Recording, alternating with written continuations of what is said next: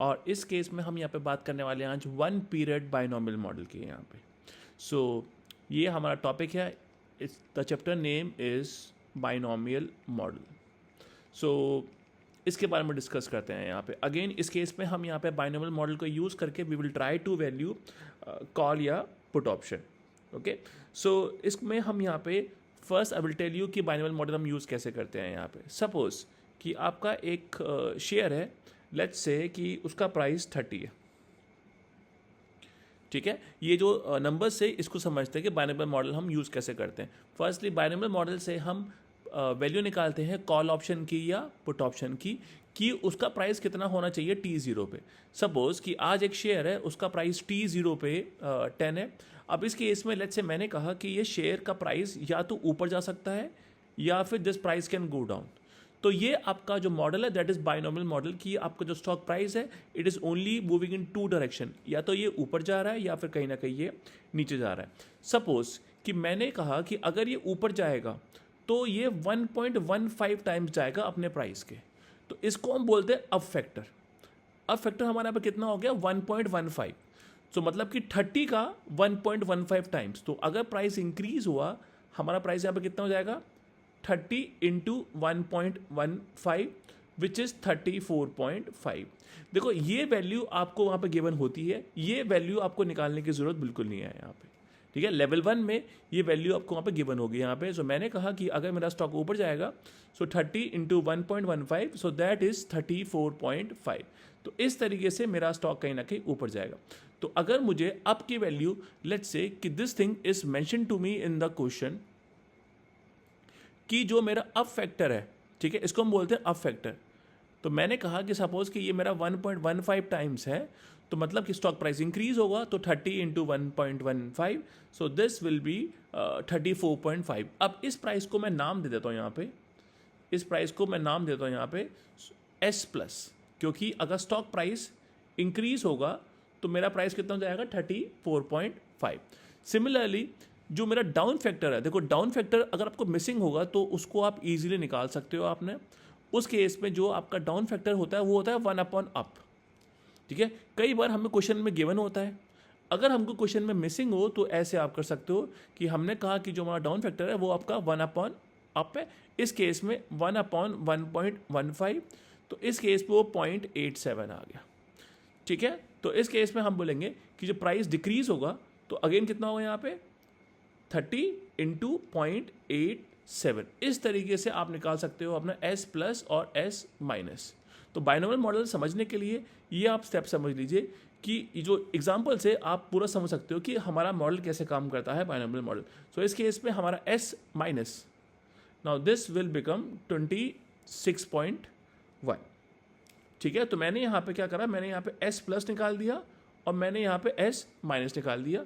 अब इस केस में हमारा जो अप फैक्टर था लेट्स से कि वो मुझे क्वेश्चन में गिवन था, और अगर आपको डाउन फैक्टर अगर आपको मिसिंग है तो इस फॉर्मूला से आप उसको कंप्यूट कर सकते हो कि 1/अप, सो 1/1.15 so that will give you 0.87। तो ये मेरा यहाँ पर डाउन का फैक्टर आ गया है यहाँ पे। होपफुली जो फर्स्ट स्टेप है आपको ओके है कि हमने स्टॉक प्राइस एक साल बाद का, ठीक है, ये मेरा T1 पे देखो और ये मेरा T0 पे। मुझे यहाँ पे बाइनोमियल मॉडल से हम देखो करते क्या है, यहाँ पे बाइनोमियल मॉडल से हम निकालते हैं कॉल का प्राइस, कॉल या पुट का प्राइस। तो इससे ये आप कंप्यूट करते हो। तो इस केस में हमने पहले फर्स्ट स्टेप करा कि हमने अप का फैक्टर और डाउन का प्राइस निकाल दिया है यहाँ पे, ठीक है, ये आप फर्स्ट स्टेप करो। अब देखो जब मैं अप की बात कर रहा हूँ कि मेरा स्टॉक या तो ऊपर जाएगा या फिर मेरा स्टॉक नीचे जाएगा, ठीक है, क्योंकि ये हमारा बाइनोमियल मॉडल है which is binary in nature. तो इस केस में जब मेरा स्टॉक ऊपर जाएगा तो ऊपर जाने की भी हमारी होनी चाहिए प्रोबेबिलिटी, ओके। नाउ इस केस में ऊपर जाने की जो प्रोबेबिलिटी है सो इसको ऐसे बोलते हैं, तो ये है आपकी ऊपर जाने की प्रोबेबिलिटी।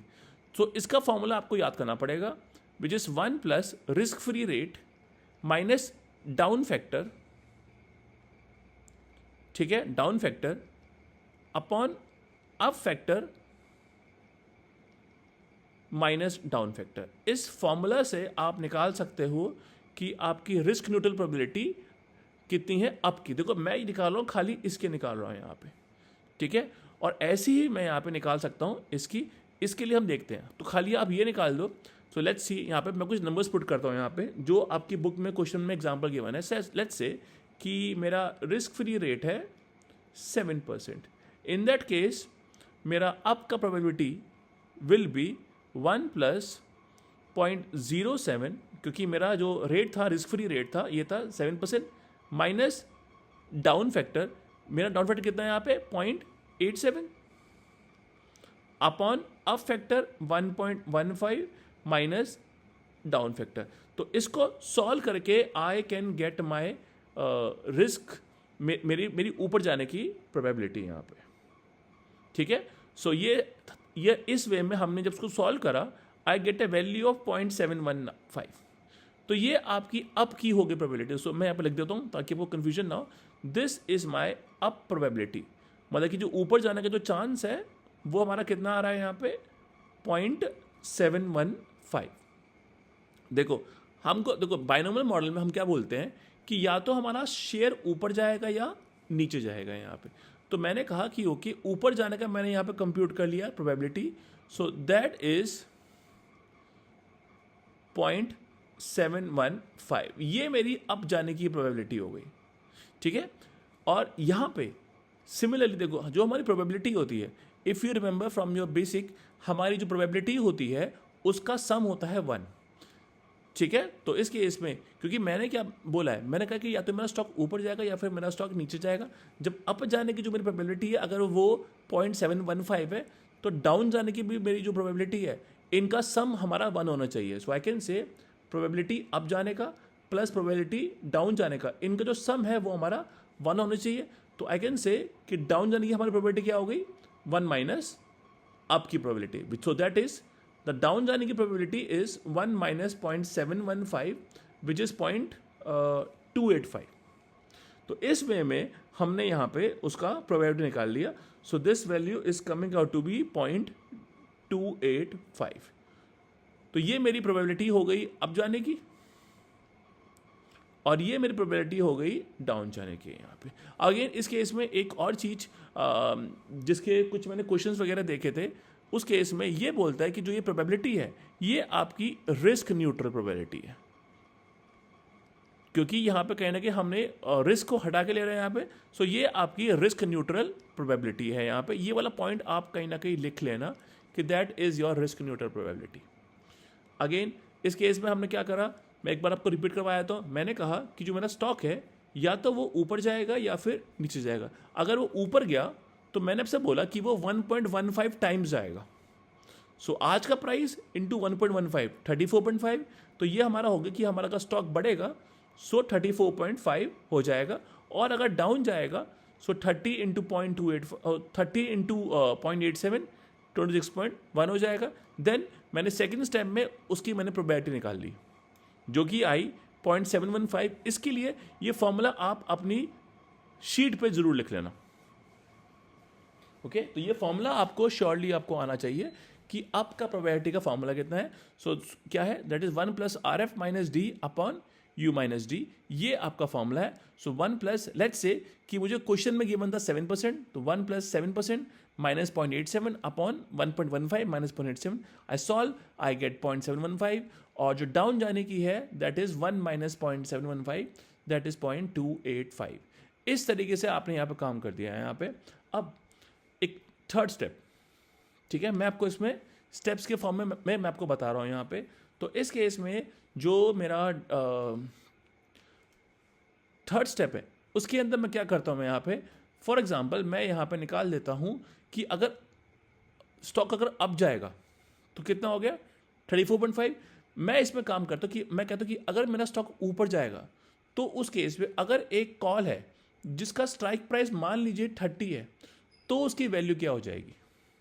सिमिलरली अगर स्टॉक प्राइस नीचे गया तो जो कॉल का स्ट्राइक प्राइस 30 है उसकी वैल्यू क्या हो जाएगी. जस्ट रिकॉल, कॉल का हमारा फॉर्मूला था max of 0 S minus x. X आपका फिक्स प्राइस था. अगेन ये एक्स भी आपको क्वेश्चन में गिवन है सपोज. तो इस केस में मैं यहाँ पे क्या करता हूँ कि मैं यहाँ पे निकालता हूँ कि ओके अगर मेरा कॉल का स्ट्राइक प्राइस 30 है, ठीक है, और प्राइस उसका एक साल बाद अगर 34.5 हो जाएगा तो उस केस पे कॉल का वैल्यू कितना होगा यहाँ पे. Let me show it C plus, और जो नीचे वाला है इसको मैं C minus. So that is C minus basically है मेरा कि कॉल अगर यहाँ पे प्राइस अगर गिर जाएगा तो वैल्यू कितना होगा कॉल का, और ये वाला वैल्यू क्या है कि कॉल अगर आपका स्टॉक बढ़ गया तो कॉल की वैल्यू कितना होगा. तो max of 0 S minus x which is S कितना है 34.5, क्योंकि स्टॉक का वैल्यू मेरा प्राइस ये वाला है, माइनस मेरा x which is this 30. So max of 0 and 4.5. सो इन दो में से हमारी बड़ी वैल्यू है हमारी 4.5. तो इस केस में आई कैन से कि जो मेरा C प्लस है it comes out to be 4.5. ये मेरा C प्लस हो गया है यहाँ पे. Similarly I will solve this C minus. So max of 0, लेकिन इस केस में जो मेरा स्टॉक प्राइस है वो है 26.1. So max of 0 26.1 minus 30 which is max of 0 and minus 3.9. इन दो में से बड़ी वैल्यू हमारी 0 है. In that case my C minus is coming out to be 0. तो इसमें ये मेरा थर्ड स्टेप हो गया कि मैंने यहाँ पे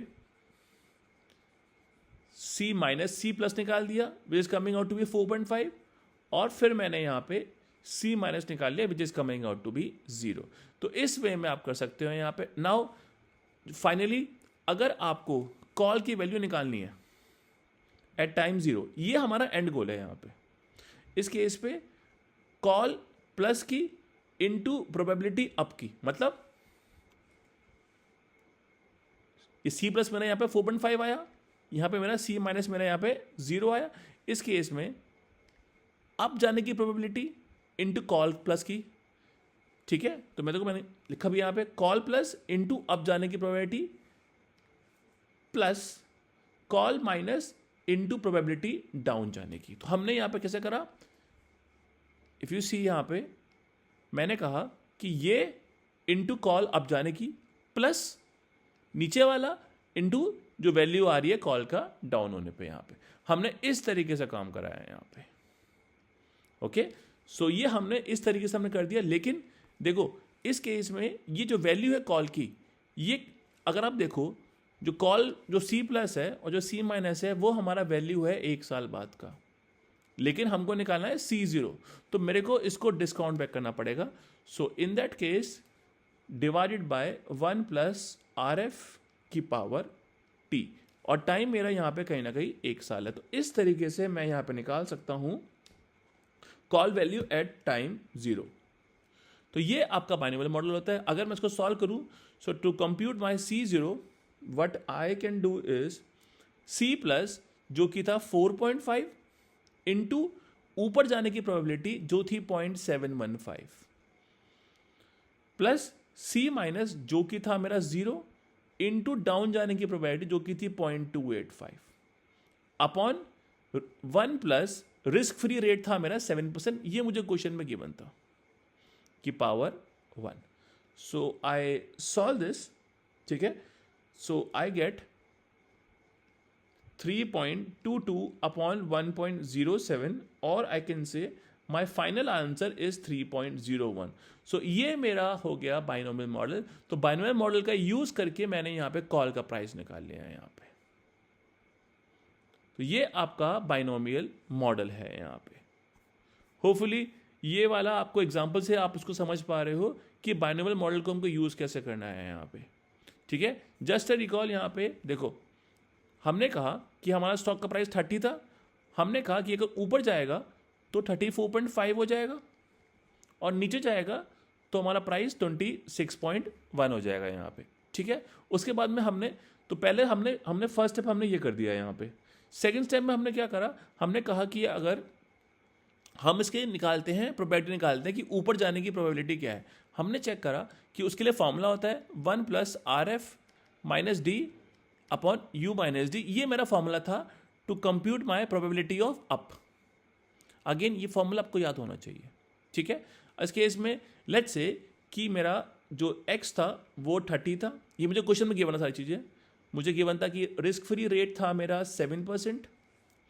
उसके अलावा मुझे अप गिवन था 1.15 एंड लेट्स से कि मुझे डाउन गिवन था 0.87, ये सब चीज़ें मुझे गिवन थी यहाँ पे, ठीक है। इस केस में यहाँ पे आई कैन से हमने क्या करा था, 1 plus risk free rate minus D upon you minus D, हमने वैल्यूज पुट करी और हमने ये निकाल लिया कि हमारा ये 0.715 आया था और डाउन वाला हमारा कितना आ गया 0.285। अगेन फिर मैंने क्या करा, मैंने सी प्लस निकाला और यहाँ पे सी माइनस निकाला। सी प्लस मेरा आया था कि अगर प्राइस बढ़ेगा तो कॉल का प्राइस विल बी 4.5 और इस केस में मेरा 0 आया था। फाइनली 4.5 मतलब C plus into probability plus 0 into 0.285, ये मैंने कर दिया। लेकिन इसको हम डिस्काउंट बैक करते हैं बाय द 1 प्लस आर की पावर टी से। जब मैंने करा तो मेरा यहाँ पे सी 0 आ गया। इस तरीके से मैं यहाँ पे निकाल सकता हूँ कॉल का प्राइस। अगेन सिमिलरली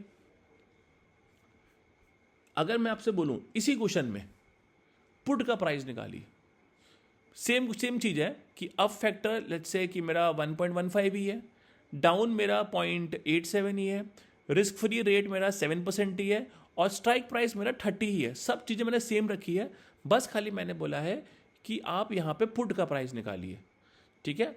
तो अगर ये हमारा क्वेश्चन था 30 प्राइस था, ये ऊपर जाएगा या फिर कहीं ना कहीं ये हमारा नीचे जाएगा। नाउ इस केस में जब वो ऊपर जाएगा, ठीक है, इस केस में हमारा प्राइस था कितना 34.5 और अगर हमारा शेयर डाउन जाएगा द प्राइस विल बी 26.1। देखो मैंने सेम नंबर्स यूज़ करे हैं ताकि आप समझ सको कि हमने किस तरीके से किया है। तो ये मेरा एस प्लस था और ये नीचे वाला मेरा एस माइनस था। अब मैंने क्या करा, मैंने यहाँ पे अब मैं फिर यहाँ पी प्लस और पी माइनस मुझे यहाँ पर निकालना पड़ेगा। अगेन जो आपकी प्रोबेबिलिटी है वो सेम की सेम रहेगी। सो ये आपका 0.715 ही रहेगा और ये आपका 0.285 ही रहेगा। तो जो आपकी प्रोबेबिलिटी थी वो कहीं ना कहीं आपकी सेम की सेम ही रही है यहाँ पे। फाइनली अब इस केस में हम P प्लस और P माइनस निकाल लेते हैं। जस्ट रिकॉल पुट का हमारा फॉर्मूला क्या था guys, it was max of 0 x minus S, ये हमारा फॉर्मूला था पुट का। कॉल में हमारा max of 0 s minus x था और पुट में हमारा max of 0 x minus S है यहाँ पे। तो उसमें s माइनस एक्स था और इसमें x माइनस एस है, which is your strike price minus your spot price. So max of 0 okay हमारा x कितना है 30 माइनस जब s प्लस है तो 34.5 हो गया, ठीक है, क्योंकि मैंने यहाँ पे s लिया है यहाँ पे ये वाली values. In that case if I solve it okay that will become max of 0 and minus 4.5। तो इन दो में से हमारी बड़ी वैल्यू कौन सी है 0। तो p प्लस मेरा यहाँ पे कितना आ गया 0,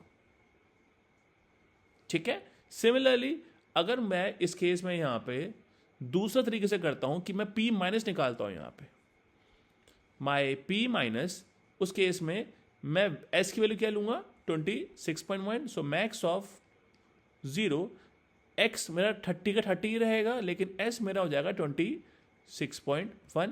सो मैक्स ऑफ 0 एंड 3.9। सो इन दो में से जो हमारी बड़ी वैल्यू है वो है 3.9। So I will write p minus हमारा हो जाएगा 3.9। अगेन लास्ट स्टेप आपको P0 निकालना है, ये आपका अल्टीमेट गोल है। अगेन हम सेम प्रोसेस फॉलो करते हैं यहाँ पे exactly same, that is P plus into आपका probability plus P minus into down का probability upon 1 plus risk free rate की पावर T। सेम तरीका हमने यूज करा है यहाँ पे। इस केस में P0 will become what, P plus हमारा कितना था 0, तो 0 इंटू 0.715 प्लस P माइनस था कितना हमारा 3.9 इंटू डाउन था हमारा 0.285 अपॉन 1.07 की पावर 1। इस तरीके से आप निकाल सकते हो अपना P0। So in that case this will be 1.11 upon 1.07। If you solve you will get an answer of 1.04। तो इस वे में आप निकाल सकते हो and that is how you use binomial model to value your call and put. ये chapter में majorly यही टॉपिक कवर था कि आपको ये जो हमने सारे स्टेप्स बात करे हैं यहाँ पे, ये आपको पता होना चाहिए. And you use this binomial model to value your call option and your put option. तो इस वे में आप यहाँ पे इस तरीके से आप उसको कंप्यूट कर सकते हो यहाँ पे. ओके, इस चैप्टर में खाली यही चीज़ कवर्ड था. यहाँ पे एक और चीज़ कवर्ड है, मैं वो आपको बता देता हूँ. The topic is hedge ratio. ठीक है, ये हेज रेशियो वगैरह होता है यहाँ पे. ठीक है, पहले मैं आपको एक हल्का सा ओवरव्यू दे देता हूँ, क्योंकि ये हेज रेशियो हमारे लेवल 1 में इतना कवर नहीं है, but that is further covered in level 2. लेकिन मैं आपको इसका एक बेसिक दे देता हूँ. देखो, सपोज कि ये पर्सन है, ये पर्सन एक संभाल रहा है पोर्टफोलियो. अब पोर्टफोलियो संभाल रहा है यहाँ पे. अब इसको डर है कि इसका वैल्यू गिर जाएगा. ओके, नाउ इस केस में जब ये पोर्टफोलियो संभाला है यहाँ पे, तो इसने क्या करा, इसने पुट ऑप्शन ले लिया. तो ये पर्सन लॉन्ग पोर्टफोलियो था, लेकिन अपने रिस्क को मैनेज करने के लिए उसने एक तरह से इंश्योरेंस बाय कर रहा है यहाँ पे. जब वो इंश्योरेंस बाय कर रहा है तो वो ले रहा है पुट ऑप्शन. लेकिन एक बात समझिए, सपोज कि वो लॉन्ग पोर्टफोलियो था एंड उसका पोर्टफोलियो था 10 CR का. अब उसको पुट ऑप्शन कितने लेने पड़ेंगे, इसमें हेल्प करता है आपका हेज रेशियो. कि हेज रेशियो, ये मैं देखो खाली मैं आपको ब्रीफिंग कर रहा हूं, क्योंकि ये हमारा उसमें जो उसका इंटरप्रिटेशन है वो इतना कवर नहीं है. लेकिन मैं आपको बता रहा हूं कि हेज रेशियो को यूज इस तरीके से करते हैं प्रैक्टिकल लाइफ में, कि अगर मुझे आपने को नाम से पकड़ो हेज रेशियो, कि आप अपने रिस्क को हेज करना चाह रहे हो. जब आप अपने रिस्क को हेज करना चाह रहे हो तो कितने पुट ऑप्शन लोगे, उसके लिए आपकी जो हेल्प करता है वो करता है हेज रेशियो. ये आपका लेवल 2 और लेवल 3 में बहुत कवर है डिटेल में. इवन लेवल 3 में तो बहुत ज़्यादा कवर्ड है. But hopefully you get some idea, not everything but some idea, कि हेज रेशियो हम यूज़ क्यों कर रहे हैं. कि मुझे अगर पोर्टफोलियो के रिस्क को हेज करना है तो मुझे कितने पुट ऑप्शन लेने हैं, उसके लिए मुझे कौन हेल्प करता है, hedge ratio. As the word says कि मुझे अगर अपना रिस्क हेज करना है तो उसके लिए I will use this hedge ratio. अब इसका फॉर्मूला क्या होता है, इसका जो फॉर्मूला होता है वो होता है, लेट्स से कि मुझे हेज रेशियो निकालना है कॉल का. एक हमारा प्राइस 30 था, 34.5 था S प्लस, और ये प्राइस था 26.1. ठीक है, सिमिलरली तो ये मेरा S प्लस था, ये मेरा S माइनस, एंड जो मेरा C प्लस था और C माइनस था, ये आया था 4.5 और ये आया था 0. ये जो नंबर्स ये मैंने ऊपर वाले क्वेश्चन से ही कॉपी करे हैं यहाँ पे. इस केस में अगर मुझे इसका हेज रेशियो निकालना है, the formula is change in call का price upon change in stock price. इस फॉर्मूला से आप निकाल सकते हो. सेम वे में अगर आपको हेज रेशियो निकालना है पुट का, तो आप यहाँ पे चेंज इन कॉल की जगह चेंज इन पुट ले लोगे यहाँ पे. इन दैट केस देखो, सी हमारा प्राइस था 4.5 से हमारा प्राइस चेंज कितना हुआ है, 0. सो आई कैन से 4.5 माइनस 0, ये आपका हो गया चेंज इन कॉल का price.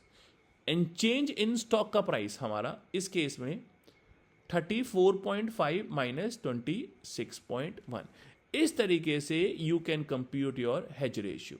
So if you solve it you get 4.5 upon आपका 8.4. तो इसको जब आप सॉल्व करते हो तो यू गेट 0.5357. ये आपका हो गया हेज रेशियो. तो ये आपका लास्ट आपका टॉपिक था. अगर इसी केस में अगर मान लीजिए कि मुझे पुट का, मेरा पुट का क्वेश्चन ये रहा, देखिए इसी केस में देखो मैं नंबर सेम कॉपी कर रहा हूं. मेरा प्राइस 30 था, 30 से मेरा प्राइस यहाँ पे इंक्रीज डिक्रीज हुआ था. So it become, so when the stock price increase it become 34.5, and when the stock price decrease it become 26.1. ये मेरा S प्लस था और ये मेरा S माइनस था. इसी वे में फिर मैंने निकाला P plus and P minus. P plus मेरा 0 आएगा देखो, एंड P माइनस था मेरा 3.9. अब इस केस में अगर मुझे इसका निकालना है हेज रेशियो, इसमें change in put which is 3.9 minus 0 upon change in the stock price 34.5 minus 26.1। इस तरीके से मैं निकाल सकता हूं अपना हेज रेशियो। होपफुली ये वाला पॉइंट आपको ओके है। सो that is 3.9 upon 8.4। Solving this you will get an answer of 0.4642। ये आपका हेज रेशियो हो गया पुट का। ओके इस चैप्टर में यही कवर्ड है। मैंने पूरा ट्राई किया कि मैं सारे टॉपिक्स कवर कर दूं और जो एग्जाम्पल भी बेसिकली आपका मैंने सेम ही यूज़ करा है। Hopefully this concept and this chapter will be okay for you. ठीक है, आज के लिए इतना ही है। इसके प्लीज़ क्वेश्चन प्रैक्टिस करना and once you practice more and more question you will get more and more comfortable. So thank you for this video, bye.